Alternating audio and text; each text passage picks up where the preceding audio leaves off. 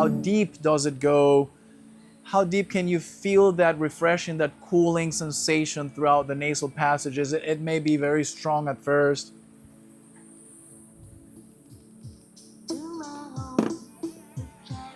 And just try to slow down the breath, slow down every inhale and every exhale.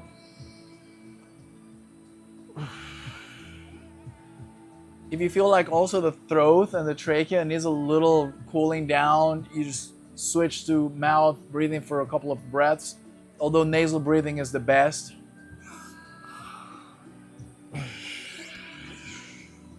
Just for general cooling down and relaxing and refreshing purposes.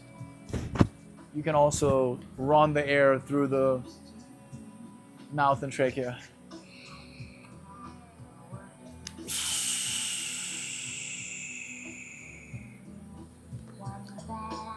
Slow S sound exhales will relax you a lot.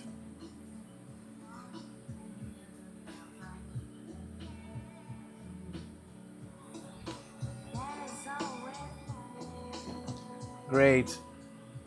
After these few breaths, I'm going to start by saying thanks for attending. And I hope that this workshop, which is going to be about an hour and 20 minutes on the most, is of your delight.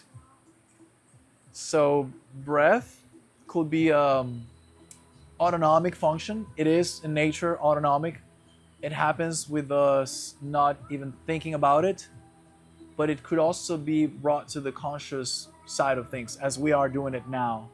Thinking about it, feeling it, listening to it. And it depends on how we use it on the conscious side of things. It may give us different results. It could upregulate or downregulate us, okay, in terms of nervous system activation.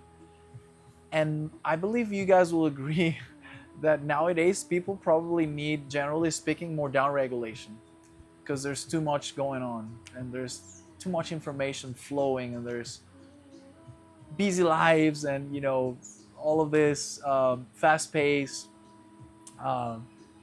communities or societies in which, you know, most people live these days needs a little slowing down.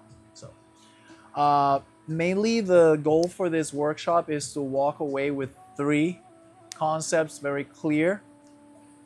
One of them is that the belly, colloquially speaking, the belly, okay, technically speaking, the diaphragm, okay, is the most important area to activate when you breathe, followed by the ribs, colloquially speaking, or the intercostal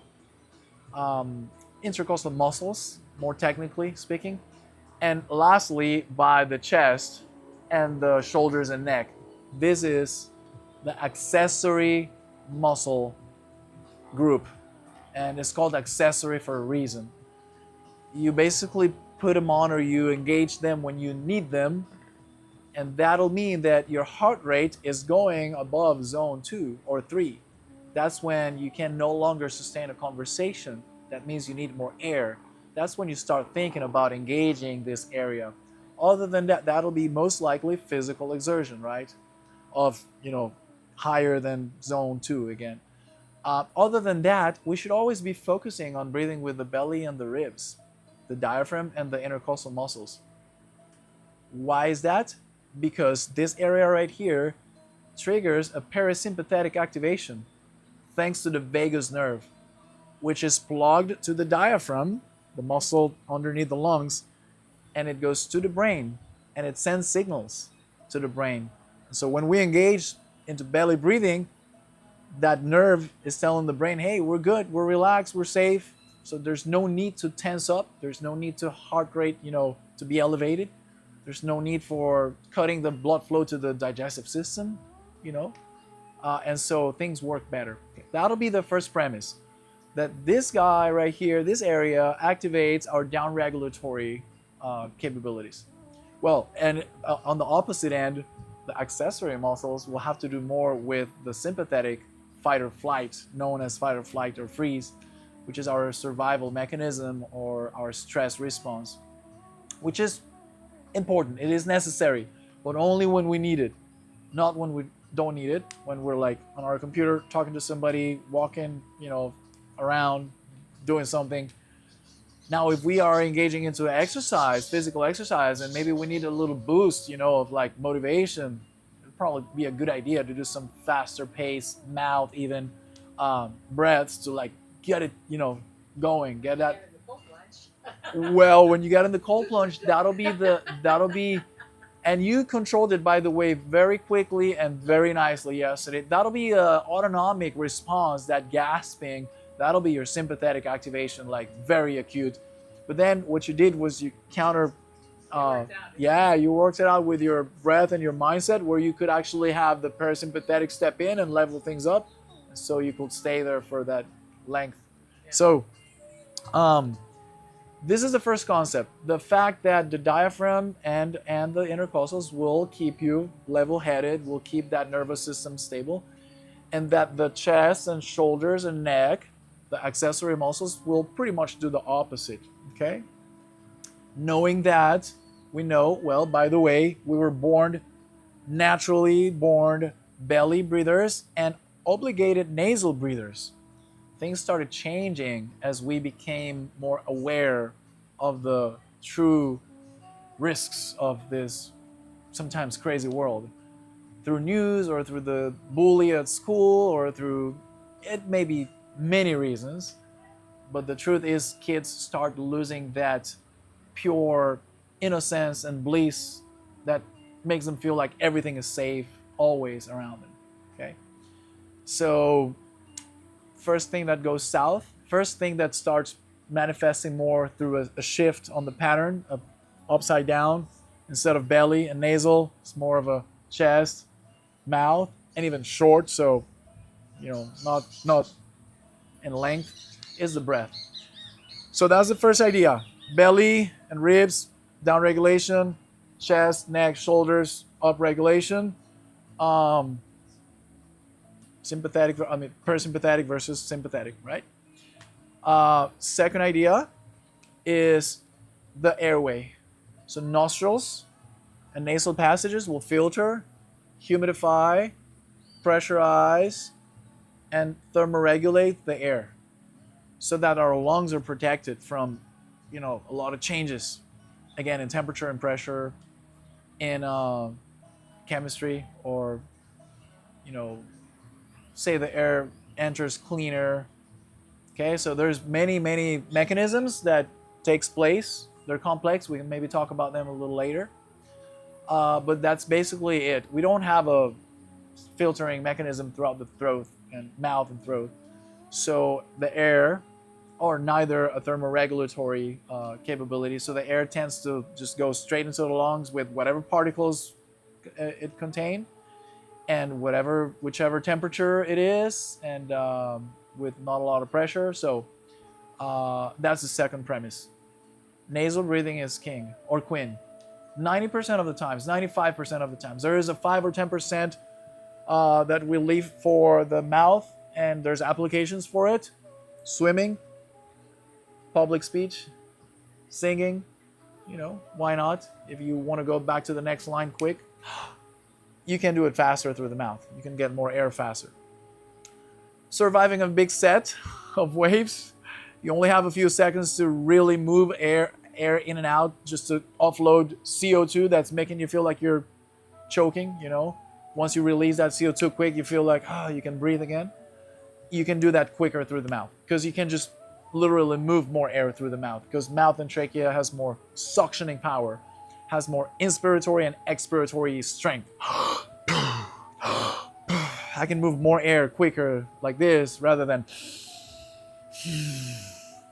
Not to say that I may have a deviated septum or a clogged passage, or both passages are clogged, inflamed, or they have mucus. Okay, so this is the second thought, is nasal breathing 90% of the times is the best. Okay, there's other benefits. There's a brain hemisphere activation in a X pattern. That's more of a yogic thing. Very interesting. We can talk about that later. And there's also the release of nitric oxide, NO, into the blood. And so nitric oxide is a gas that when in contact with our vessels, our circulatory pipes, they relax them. It relaxes them, so we get better blood flow. All in all, nasal breathing, the best. Okay? Second idea. Third and last idea is the slowing down of the breath. And so instead of short, long inhales and exhales, anywhere from 4 to 5 seconds, will also keep the nervous system, nice and relaxed, stable, level-headed. And also there's a belief in the yogic realm and the Tibetan realm, cosmology, if you will, that we are given a certain amount of breaths to administer throughout our lifetime. As we were born, we're given those thousands and thousands. So if we are short of breath, we will run out earlier. If we extend those breaths, we extend the duration of our lives. So I like that concept. And I feel like it does that to you.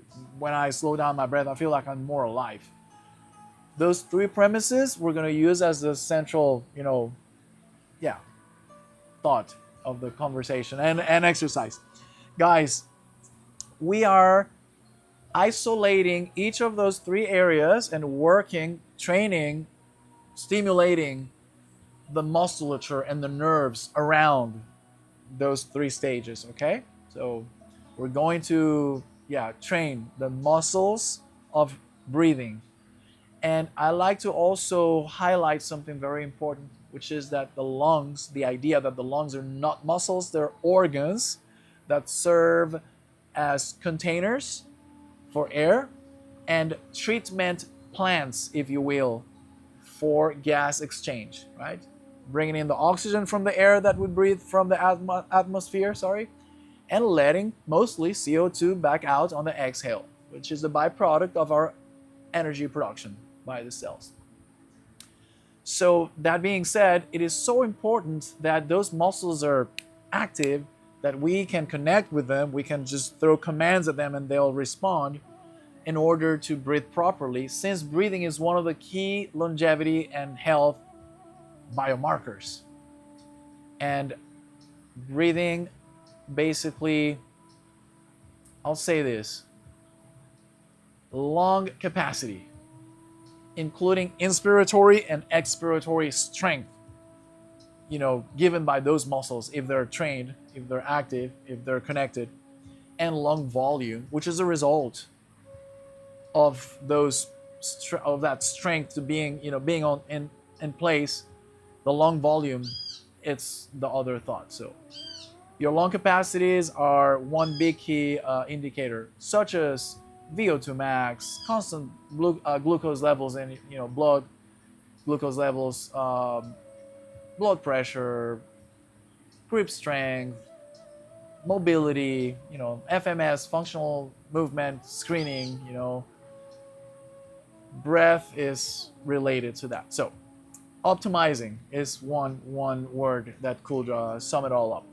Okay, we're going to throw in 2 breath holds, one after I finish my long intro and one at the end. So you will notice how your first breath hold is going to be shorter than your second breath hold, because your second breath hold, by then you'll be more activated and more resilient, and there's going to be more adaptations. Psychological and physiological adaptations have been created after that series of exercises, okay? So without further ado, we're actually going to lay comfortably on our backs, and I'm going to count down from 10. When I get to 1, everybody at the same time takes the deepest breath you guys can and hold for as long as you can. And when you have to breathe again, you just raise your hand. When you let the air out, Marcel.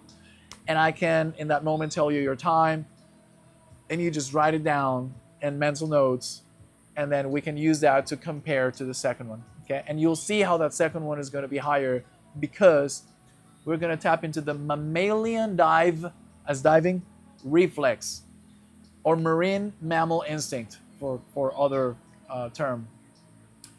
which is a very interesting tool we all have that will allow us to stay longer underwater by lowering our heart rate when we hold our breath voluntarily. So in dry land, you can activate it just by holding your breath voluntarily. If you add water, if you do that breath hold in water, it gets even more, it stimulates more. And that results into your second and third and even fourth, because there's a plateau, you can't keep going forever, lengthening of the time of your breath hold, because that reflex is becoming more alive in you. Your DNA is just like, wow, we're dusting off this old tool we have stored here for years. That's awesome. Okay, let's use it. And so the body does everything it can when recognizing that pattern, like, oh, we're holding the breath. Okay, let's bring the heart rate down and let's relax everything. Let's enter parasympathetic. So that's the mammalian dive reflex. And this gives you a cue also on holding your breath for short periods of time is a relaxing technique. If you ever feel overwhelmed and you need to just break that, you just hold your breath for a few seconds, 10 seconds, 15 seconds, whatever it is that may make you feel centered again, because your heart is going to slow down. It's going to be like a little reset. That being said, let's all lay comfortably on our backs, and I'm just going to stay here on, sideways, so you guys can listen. And I'm going to start a stopwatch. Again, I'm going to count down. You guys are ready? Let's go. 10, 9, 8, 7, 6, 5, 4, 3, 2, 1. Inhale deep as much as you can. Let's pack those lungs fully, and off we go.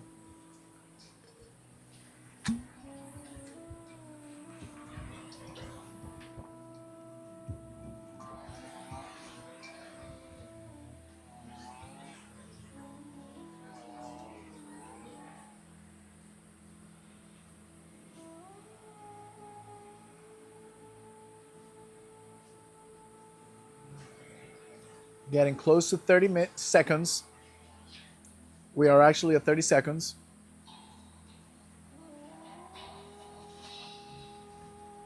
And that was 36. Good job. Next one is going to be longer, you're going to notice. You can drop your hand. That's 44. Almost a minute. We are currently at 55. That's 55 seconds. Good job. And we just hit the minute mark. And we keep going.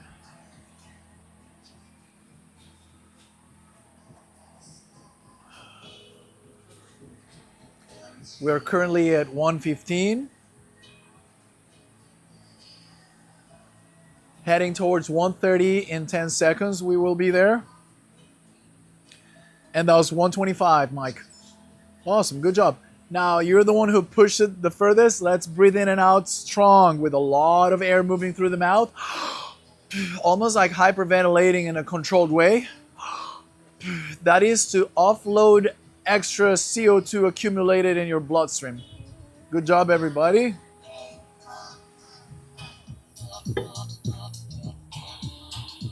Excellent. How do you guys feel? Good? Okay. We're going to start by training the diaphragm first, okay? That yoga block, we're going to place in the lower belly. And if you can, you have one on your right. And if you can, try to stay neutral. That means stretching your legs fully. And then do some breaths with bent legs and see the difference. See if you notice any difference, okay? Here's the pattern for this type of training breath. O-shaped lips will result into a pressurizing of the air that's coming in on the inhale. So you want to sound and look like a vacuum. Okay? So you can really expand those lungs, and the belly willingly, voluntarily, it's going to push up, okay? Once that block is at its highest, you keep it there for 3 seconds. And as it's there for 3 seconds, you keep pushing up. In those 3 seconds, you can tighten your perineal muscle in between the legs as if you're holding to get to the restroom. Excuse me, ¿le puedes poner un mensaje a familia de que por favor desactiven las guarañas? Porque se escuchan aquí y nos está interrumpiendo la clase. Gracias. Okay, so inhale with that nice O-shaped. The block must go up on that very moment as high as possible. Keep it there for 3 seconds. Press out. Tighten your perineal muscle. Now start the exhale with an S sound. There you go, S sound. And drop that block as deep as possible. As deep as possible. Squeeze all the air off your lungs. You're probably getting a nice activation of the obliques and the abs as you squeeze it all the way. And then go back to your next inhale. Connect with your next inhale. There you go. Good job right there. Good job. You see that yoga block going as high as possible. Hold there for 3 seconds. Press. Tighten your perineal muscle. As you start the exhale, the perineal muscle can relax again. Okay? That is to keep the pelvic floor stable while we have that intrathoracic or intrapulmonary pressures on. Positive pressure. Good job. Good job, guys.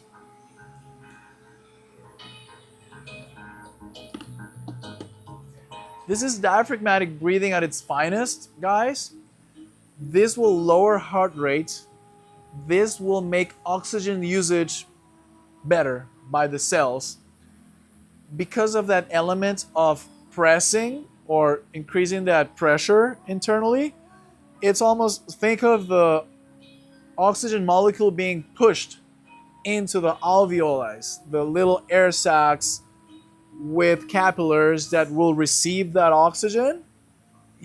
By increasing that pressure, you're pushing those molecules of oxygen against those receptors. So you speed up the intake. Okay? That's the way to visualize it. And you're also giving your lung tissues flexibility and your diaphragm muscle a nice training, which is a command that you are sending, a neuromuscular command. Gracias, bro. No sé si puedes etiquetar Gustavo, Liche, Palomo.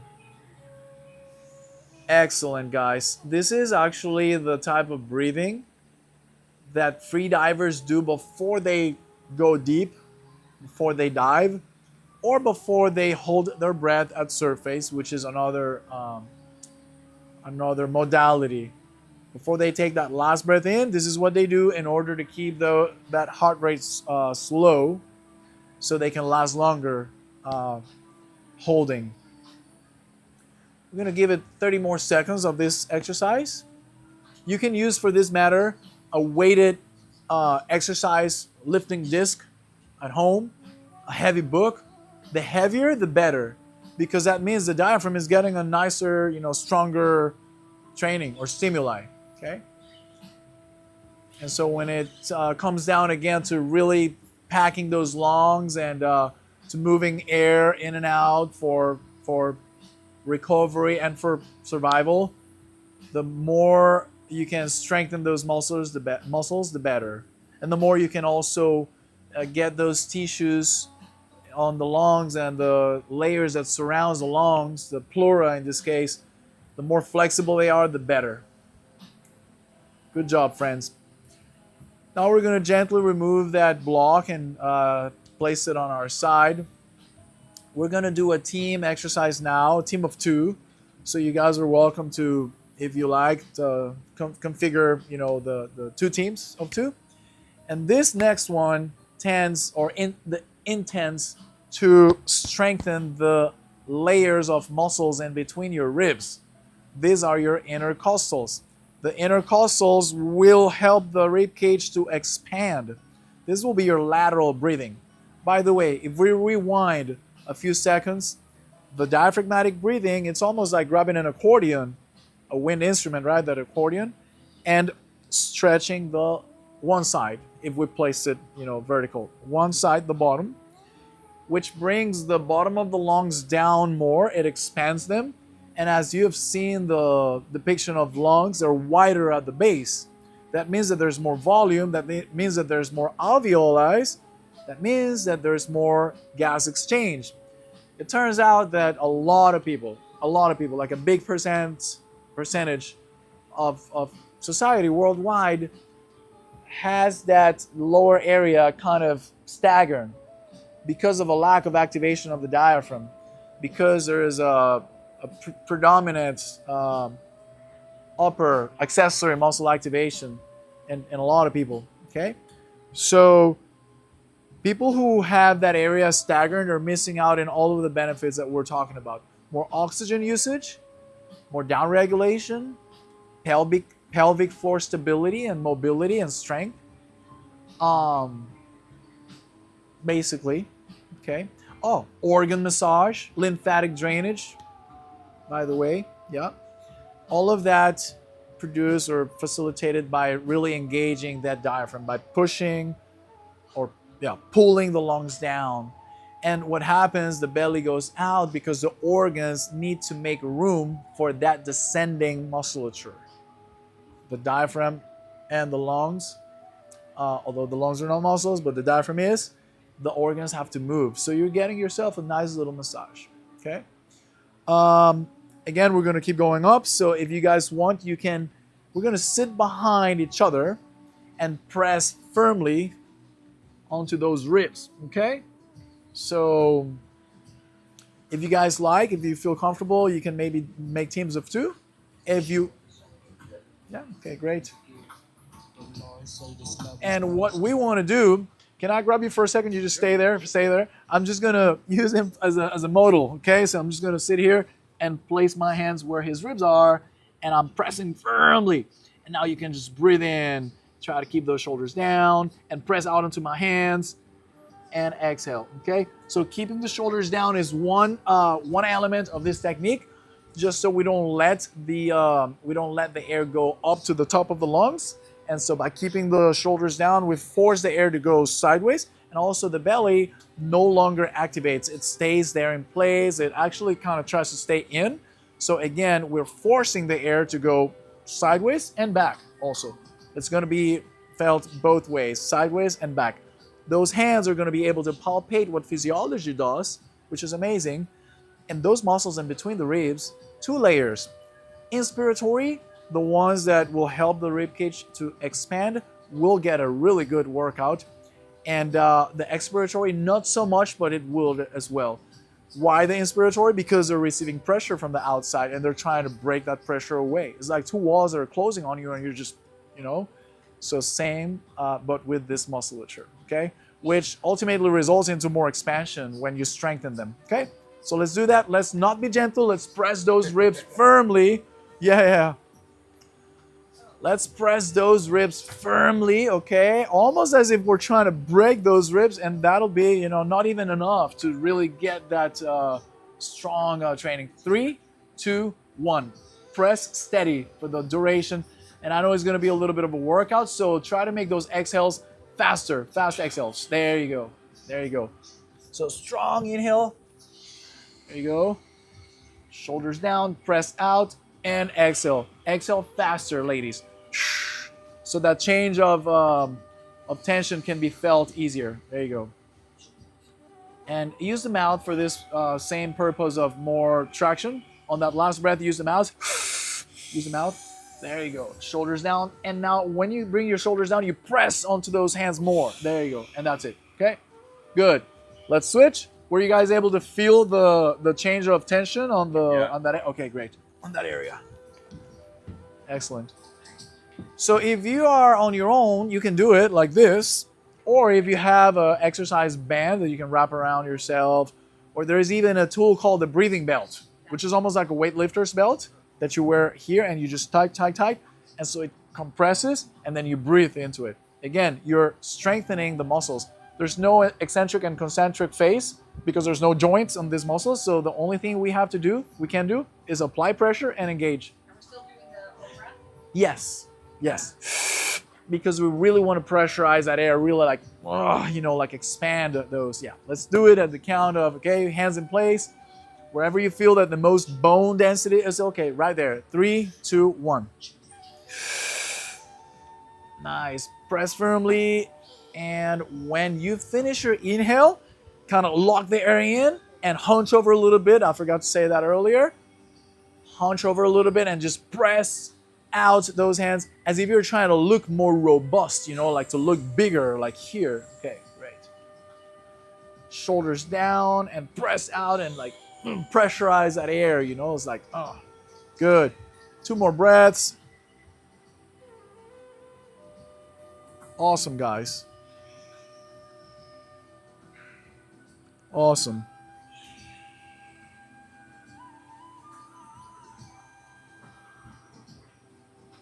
One more breath.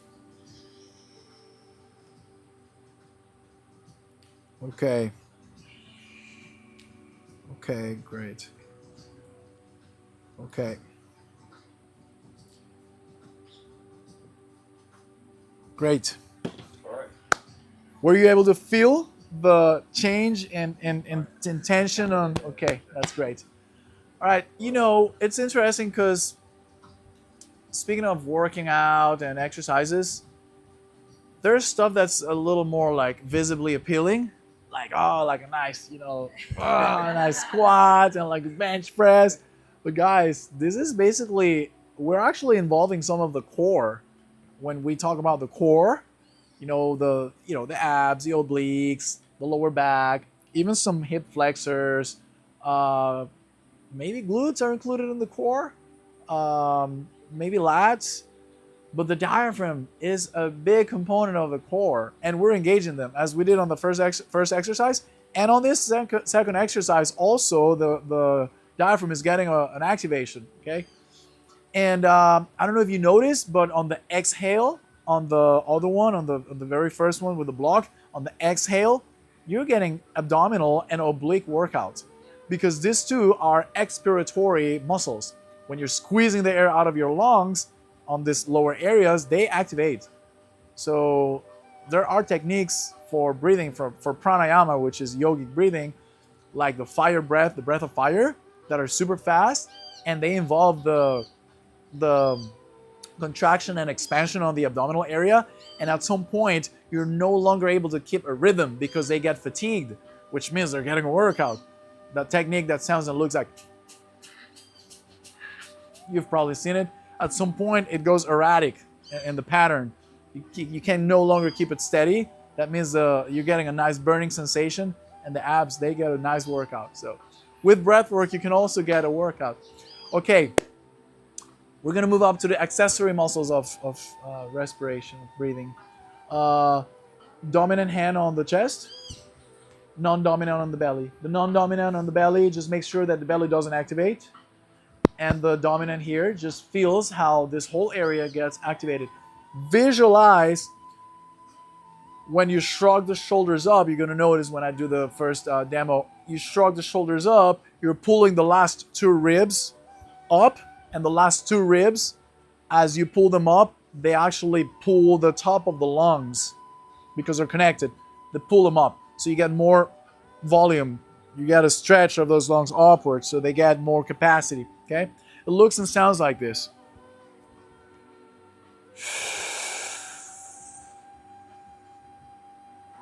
And then you drop.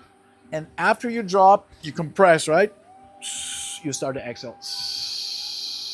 So we're always playing with that pattern of pressurizing the air a little bit for a couple of seconds before we exhale. So it just keeps on pushing the oxygen in. So we're getting nice oxygen usage, absorption or diffusion. Let's do it 5 times. And there's a chance you guys may get a little lightheaded with this one. 5 times. 3, 2, 1. Squeeze the last bit of air in and then shoulders down and exhale.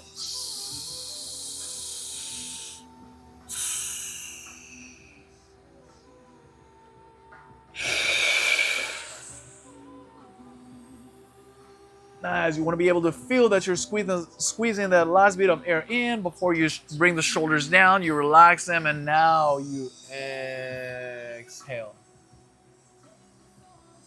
Couple more breaths, guys. Feel that nice pressure on the upper ribs, the upper areas of the thoracic cage. To finally let it go, and one last one.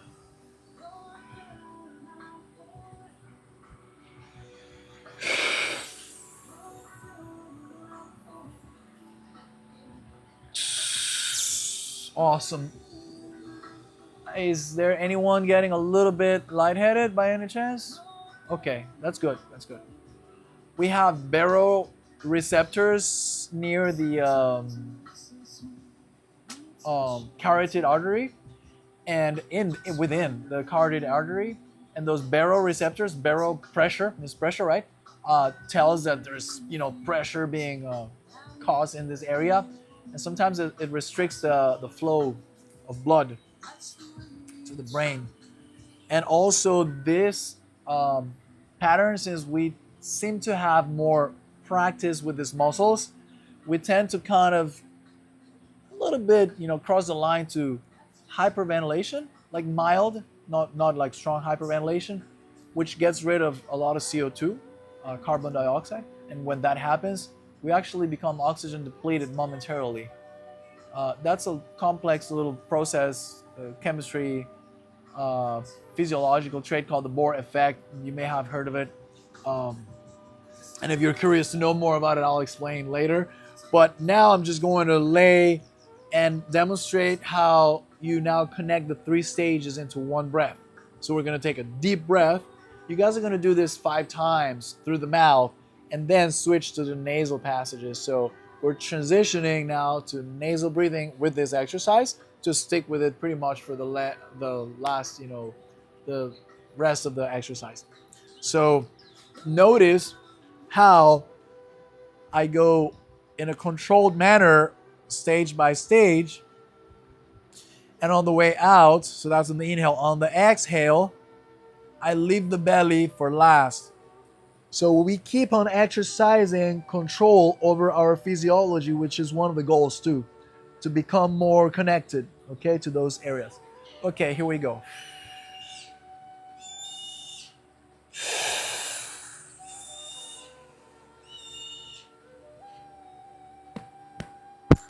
That's full lung capacity right there.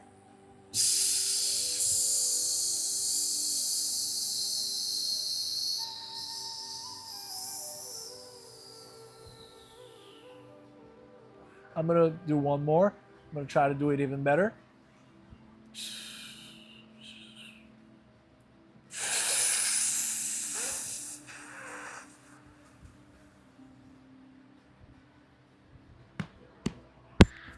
Even 3 slightly different sounds as I tap.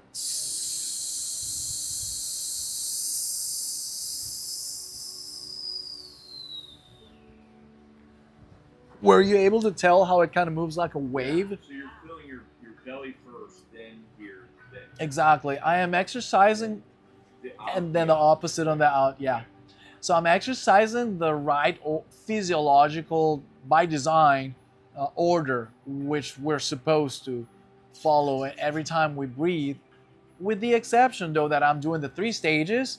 And again, as I mentioned earlier, the 3rd stage, the accessory muscles, you only engage when you need them. And that's again when you need more air. You feel that air hunger when you're exercising. Most likely your heart zone will be probably 3, 4, 5. Other than that, we should always try and keep it right here, belly and ribs, slowing down and nasal breathing.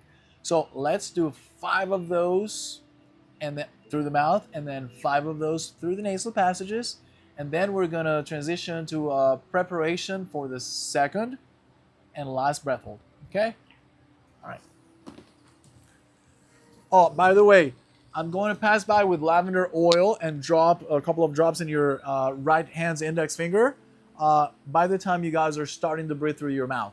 So you'll just rub your fingers and just rub the back of your ears, rub maybe just the neck and the nose, so you can get that nice soothing scent as you're preparing for your 2nd breath hold. This will help you to stay even more relaxed. And I'm also going to go through a couple of ideas about the breath holding journey. We call it like that. These are mental hacks that you can incorporate to make it easier, if you will, as you're holding the breath. I'll explain that in a little while. Okay, so we'll start the 3-part breath through the mouth with that nice O-shaped lip pattern at 3. I'm just going to grab these guys. 3, 2, and 1. Belly, ribs, and chest, the right order. We make sure that we, on the exhale, empty completely, so we can always start with empty lungs, that inhale. Remember to leave that belly for last, so try to keep the belly voluntarily pressing up until you now have the last bit of air in. That's when you bring it down.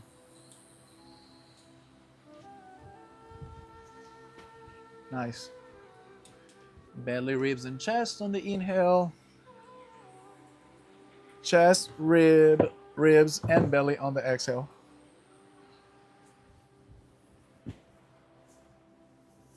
Let's make those exhales more intentional, those inhales, sorry, more intentional. So pressurize the air as much as you can through those tiny O lip pattern shape.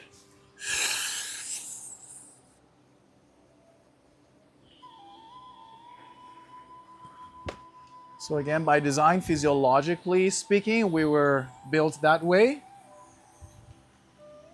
But as humans, we like to sometimes change the protocol, and some of us have, some of us haven't.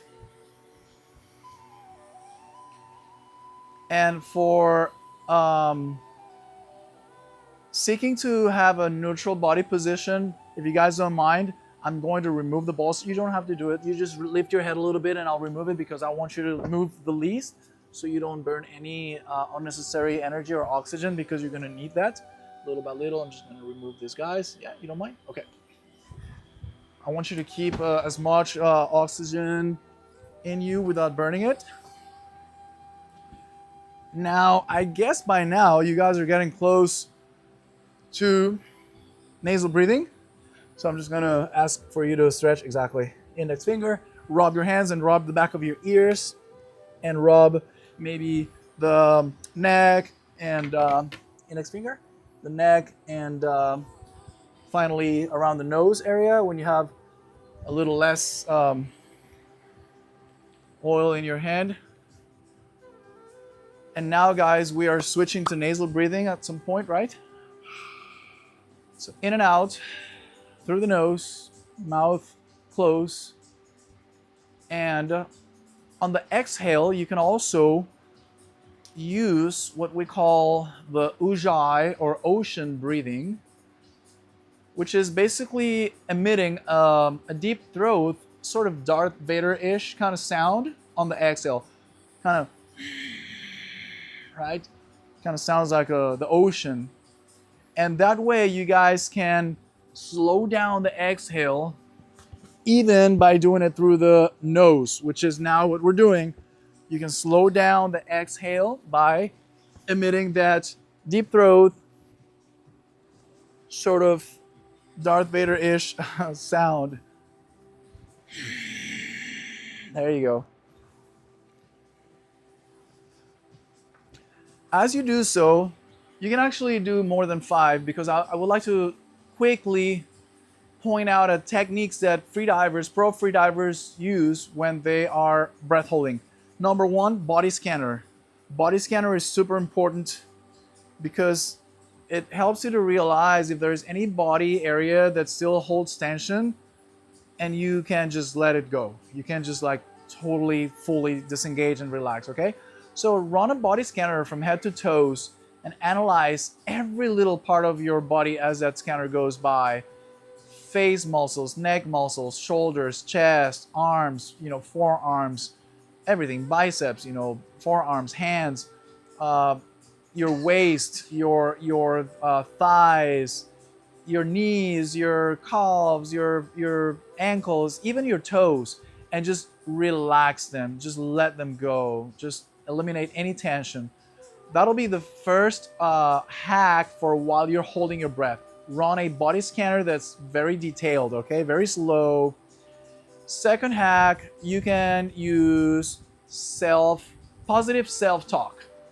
Good positive self-talk. I got this, I'm enjoying this is very nice.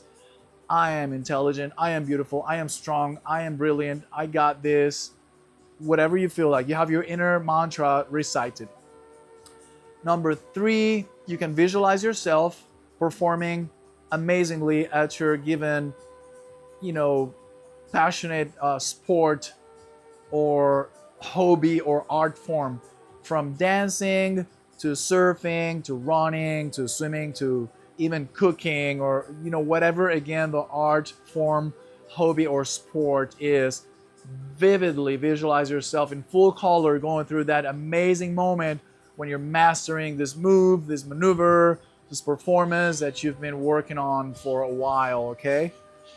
That'll again make time go by quicker, and you're not focusing on discomfort, you're focusing on good thoughts and sensations. Lastly, you can count numbers slowly in your head. You can use Costa Rica instead of Mississippi, by the way. 1 Costa Rica, 2 Costa Rica, 3 Costa Rica, and just let time go by, all right? So we're still breathing, right? We're not holding yet. We're preparing. And now we are together sighing for 10 times before we go on to the last inhale to pack our lungs fully, which, by the way, we're doing it through the mouth again. With all the practice we have on the 3 stages, we're going to be way better at gathering more air and packing the lungs and more now. So let's sigh together 10 times as I'm going to count down. You guys can just go ahead and yes, Shavasana yoga pose is the best. Thanks, that's awesome.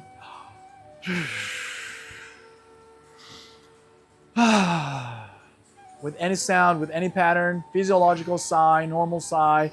10, 9, 8, 7, 6, 5, 4, 3, 2, ready? 1, deepest breath of your life. Excellent. Off we go, friends.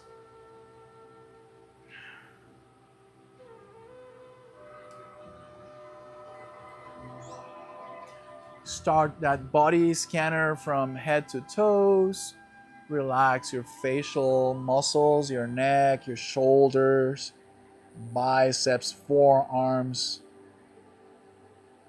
the thoracic cage, the hips, the thighs, the knees, the calves, the ankles, the toes, your mind.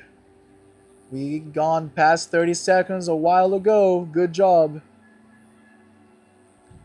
Smile at the practice. Smile at the moment. You guys are doing great.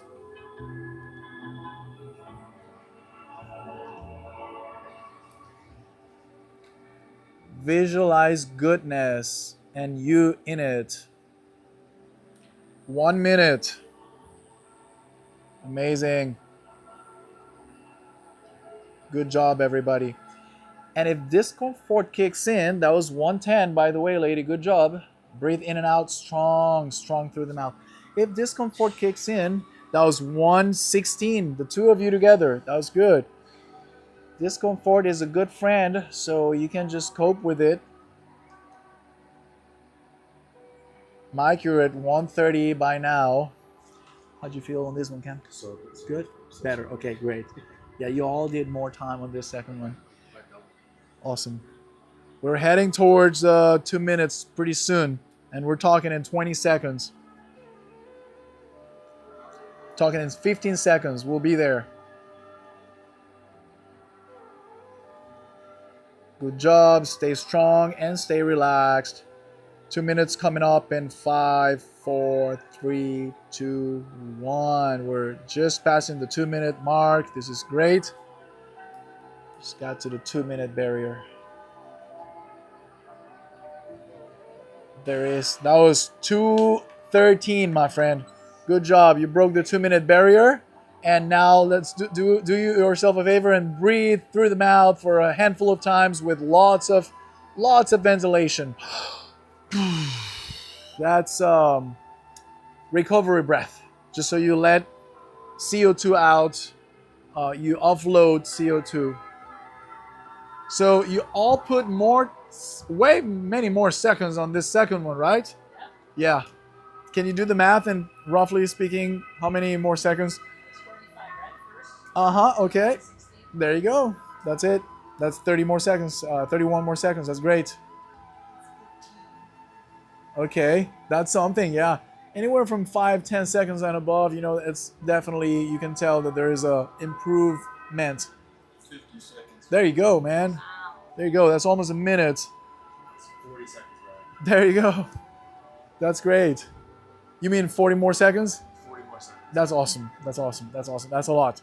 And so it is basically due, well, to a couple of things. It is physiological because of the mammalian dive reflex it just gets stimulated.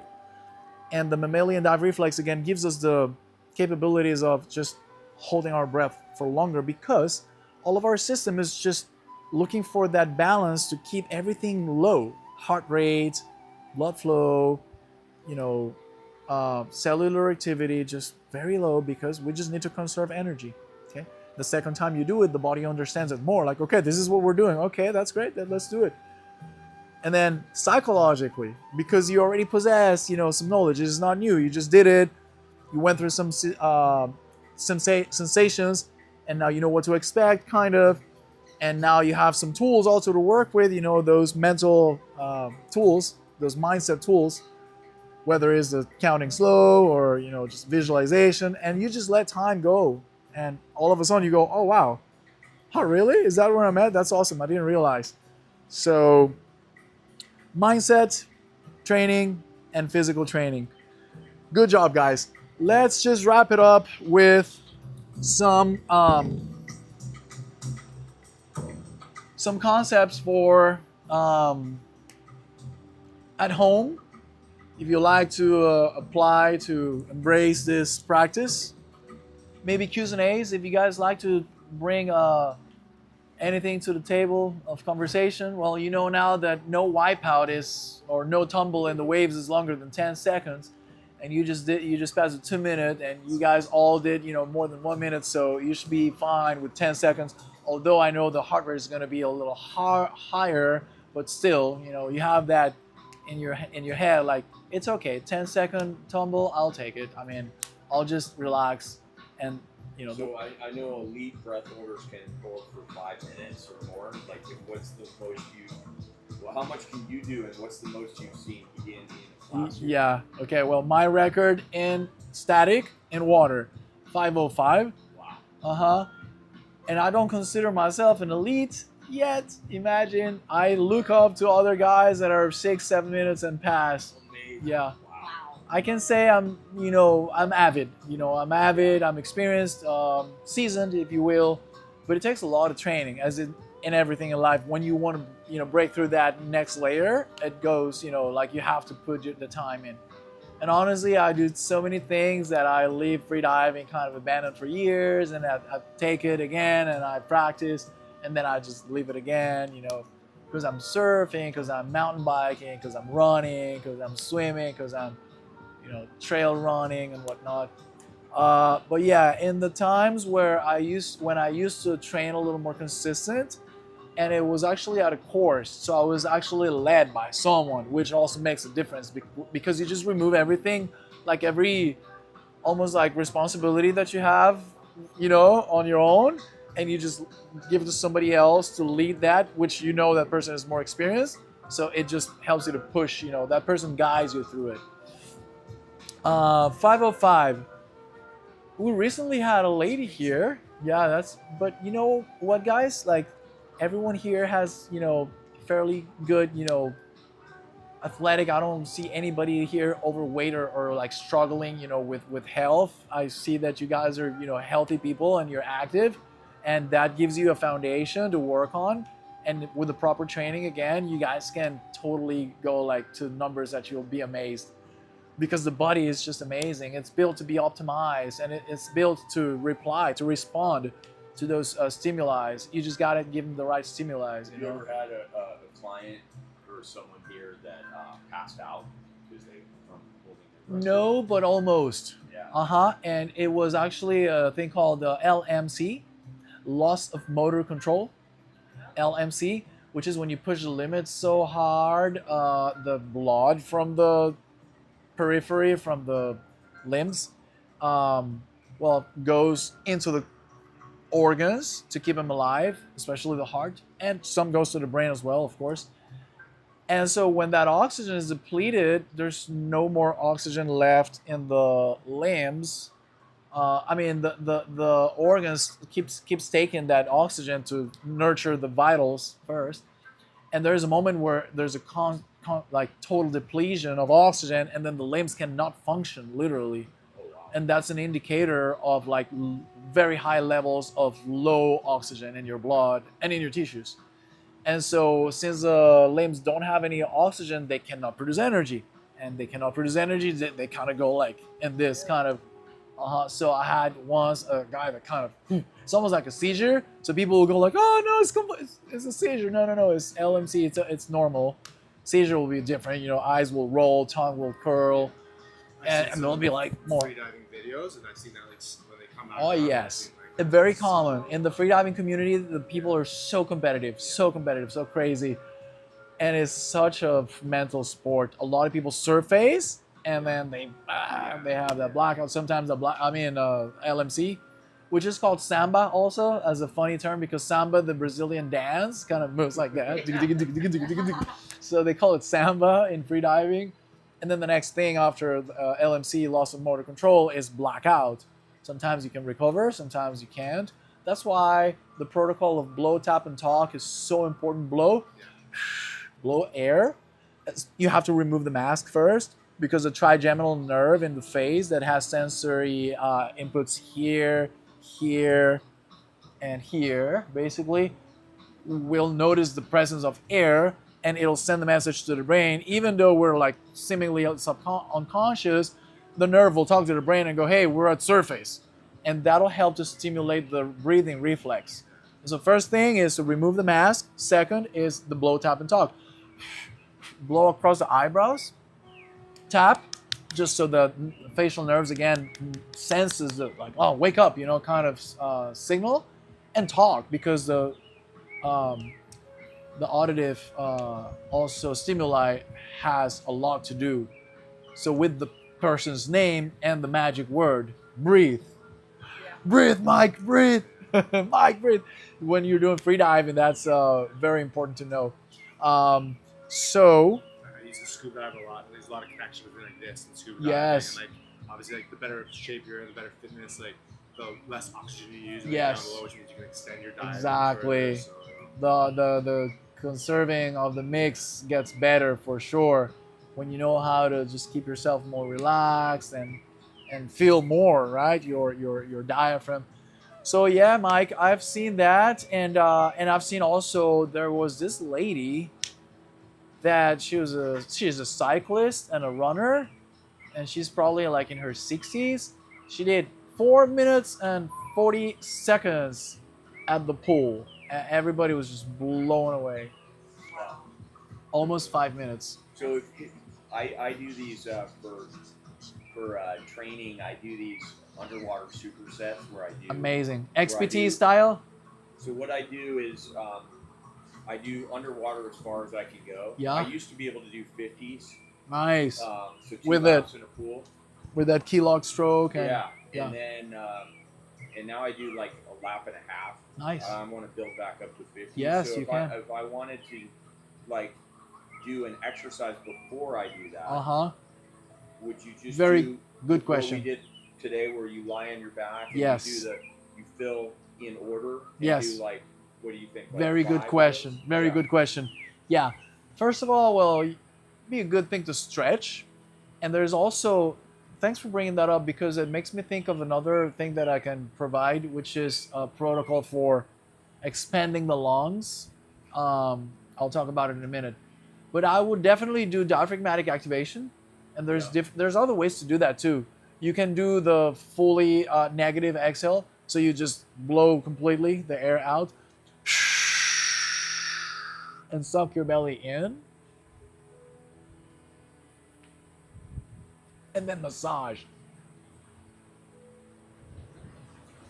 as you're holding with no air. The next thing is to fill your lungs again, and then maybe breathe a couple of times, and then do another one.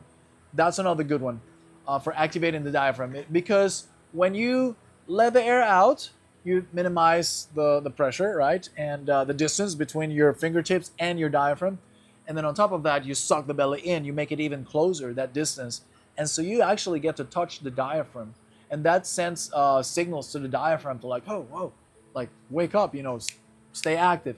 And the diaphragm is vital for both, again, down regulation, because when you engage it, there's that string called the vagus nerve that goes to the brain, and it just pulls that, that string and rings that bell in the brain, telling the brain to slow down everything, right?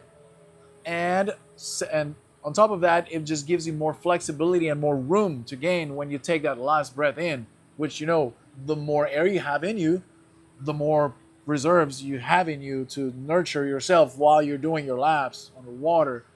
So if you have, say, 5.5 liters of lung volume, which most likely you do have, or near maybe, 5.5, being a male, your age, trained, and whatnot, if you can go fully like 5.5, that's amazing. And that's another thing. If your muscles are not warmed up, you may go to a 5 liter or 4.7 liter or whatnot. The more cc's or liters you can get in air, the more oxygen you'll have available, right? Okay, so I will definitely do what we did. Maybe 1 minute at least of diaphragmatic. You can even do it sitting or laying, if you will, with your own hand, pressing.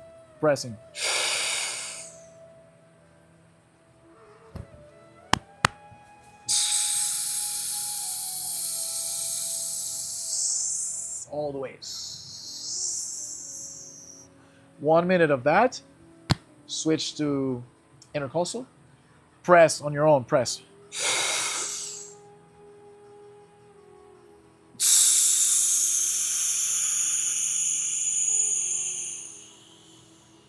One minute of accessory.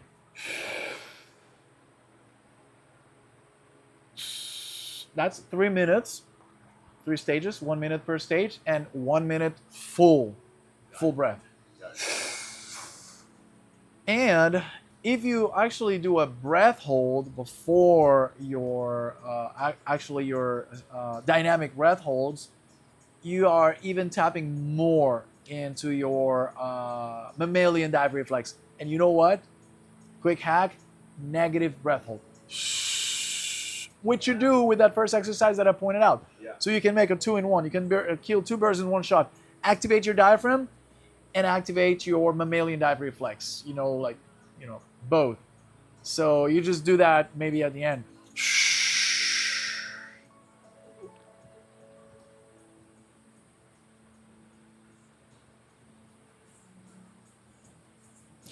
Explore the whole area, under the ribs, in your sternum, under the sternum, the guts, everything. And then when you're like, okay, this is it, I have to breathe, maybe hold for a few seconds, exhale, do it a couple of times. Now, what you reminded me of,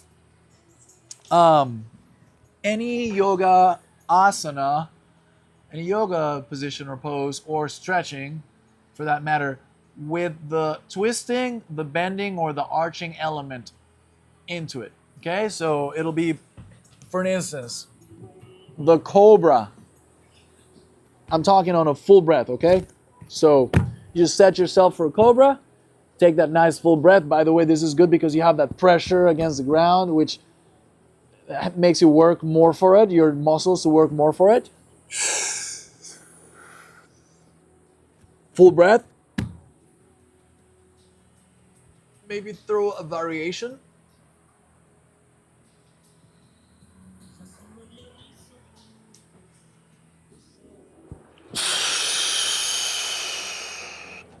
So what you just did is almost like grabbing a balloon and pressing that balloon.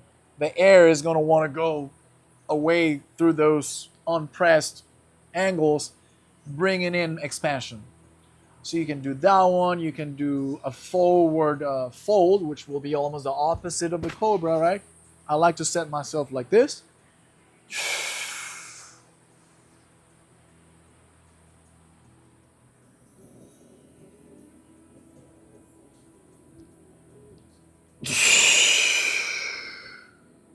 It's nice when you exhale, you go deeper into the pose. You feel like you're stretching more. And again, in those few seconds that I was bending and holding, again, the lungs are getting a nice compression. And so we're expanding sideways. So you can do stuff like spinal twists.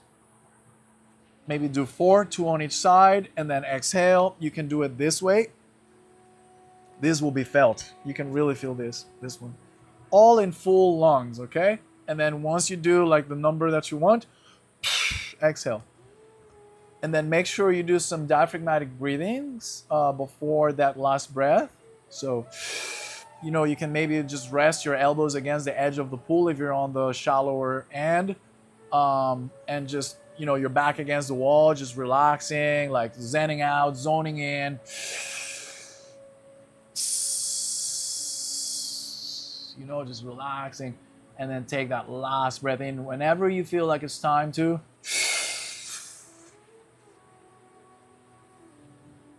And there we go. Yeah. And that'll definitely give you that extra you need because you're just preparing yourself better, you know. So, yeah. I love it. So you know, Thank you guys. when Thank you. say you get the wind knocked out of you, you know, when you get a soccer ball or a ball. Ooh, hitting you. yeah. So what is it that stops you then? Is it the nerve that?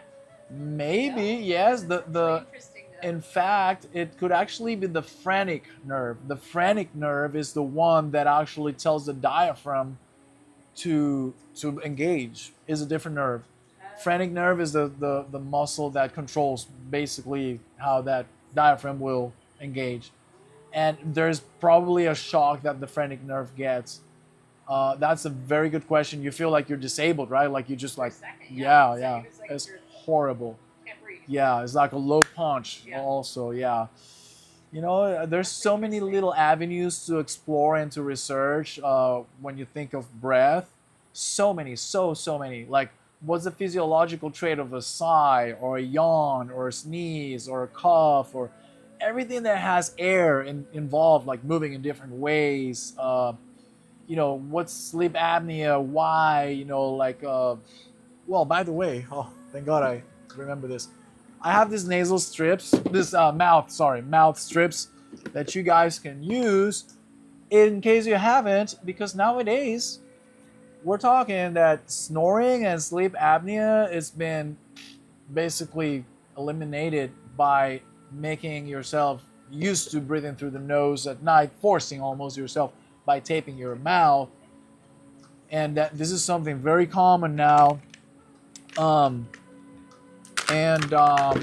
There's a book called Breath by a U.S. Journalist called James Nestor, which is an amazing book. And he talks about this. This is where I heard it or read it first. And then I bought them and started trying them. And literally the first night that I taped my mouth, I had lucid dreams after maybe a decade of not knowing what a lucid dream was.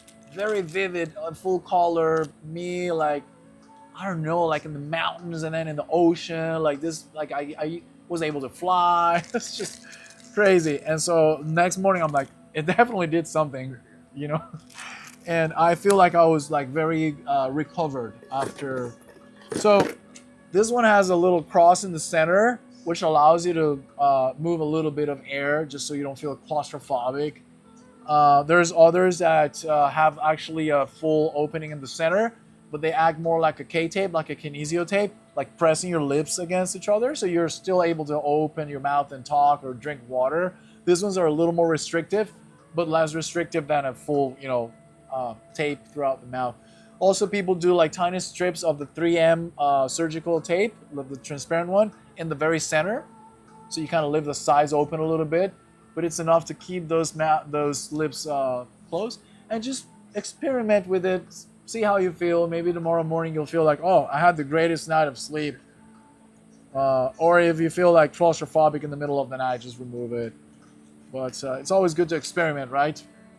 And what else, guys? Well, no, there's so many things that we can talk about. I just had a quick question. Yes. Like when you're actually holding your breath for time, like what's your strategy of releasing air? Like you hold your breath and then you constantly slowly release air? No. Like, a little bit hold. No, you want to keep that air in you So for the whole as time. long as you can. Oh, so you don't. Yeah. Oh, okay. Because there's a couple of things. So people sometimes feel like they've gotten such.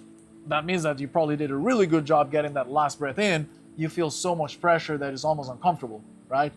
Well, but again, it means that you did a pretty good job bringing the air in, packing those lungs. Okay. But if you're not used to the pressures of a full, packed lungs, and you get used to with exercises of the kind we're doing, which kind of softens the tissues a little in a good way, right? It doesn't make it flaccid, it makes it more flexible.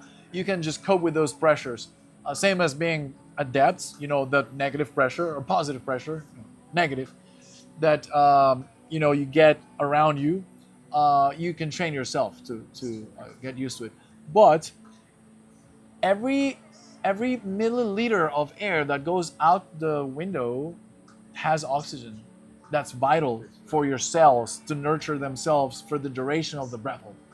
Okay, so can you just pass them around and keep one? Yeah.